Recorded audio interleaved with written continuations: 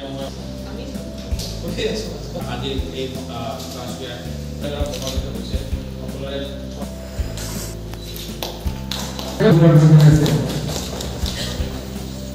তাৰপিছত গোৱালপাৰা যি কথা হৈ আহিছে আপোনালোকে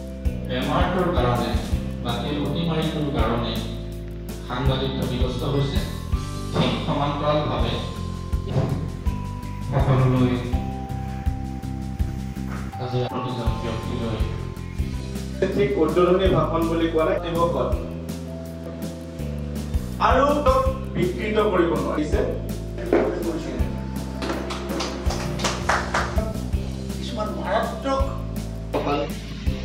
সাংবাদিক বন্ধুসকল আৰু সন্মুখত থকা যুগল ৰূপান্তৰ হোৱালে মই নাজানো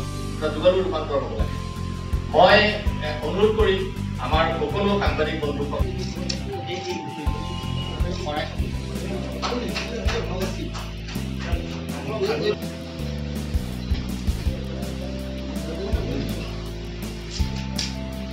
আৰু ঠিকভাৱে চলি থকাৰ বাবে ৰাষ্ট্ৰীয় হৈছে পৰৱৰ্তী সময়ত সকলোকে সাংবাদিকতা আঁতৰি প্ৰকাশ কৰাৰ ক্ষেত্ৰত ইয়াৰ কাৰণে আমাৰ মাৰ্চৰ মাহৰ পৰা ইয়াত আলোচনা কৰিব লাগিব যে মানুহে এই বিষয়টোৰ ওপৰত এটা সঠিক পদক্ষেপ লোৱাৰ কাৰণে মৃত্যুৰ হাৰ যথেষ্ট কম।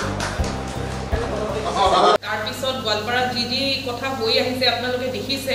মাৰ্চত কোভিড ডিটেকশ্যন হ'ল তাৰপিছত আমাৰ বানপানী আহিলে এইবাৰ গোৱালপাৰা পাৰ্চেণ্টেজ টাৰ্মছত ৱৰ্ষ্ট এফেক্টেড আছিলে গোটেই অসমত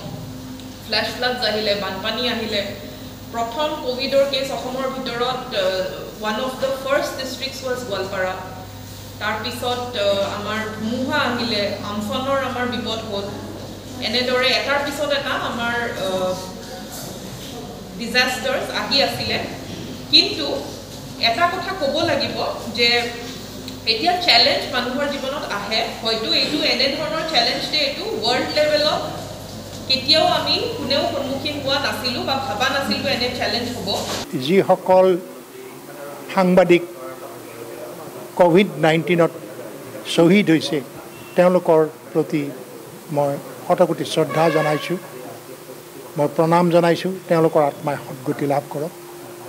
দ্বিতীয়তে মই আজি 7 মাহৰ মূৰত ঘৰৰ পৰা ওলাইছোঁ বিশেষকৈ সভা বুলি ক'লে 7 মাহৰ ভিতৰত কৰিছোঁ বিশেষকৈ এই প্ৰেছ দিৱস কাৰণেই মই ওলাই আহিছোঁ এইটো অতি গুৰুত্বপূৰ্ণ আৰু বিশেষকৈ বৰ্তমান অৱস্থাত এই বিশ্বৰ মহামাৰীৰ ক্ষেত্ৰত তেওঁলোকৰ যিটো ভূমিকা এই ভূমিকা ইতিহাসত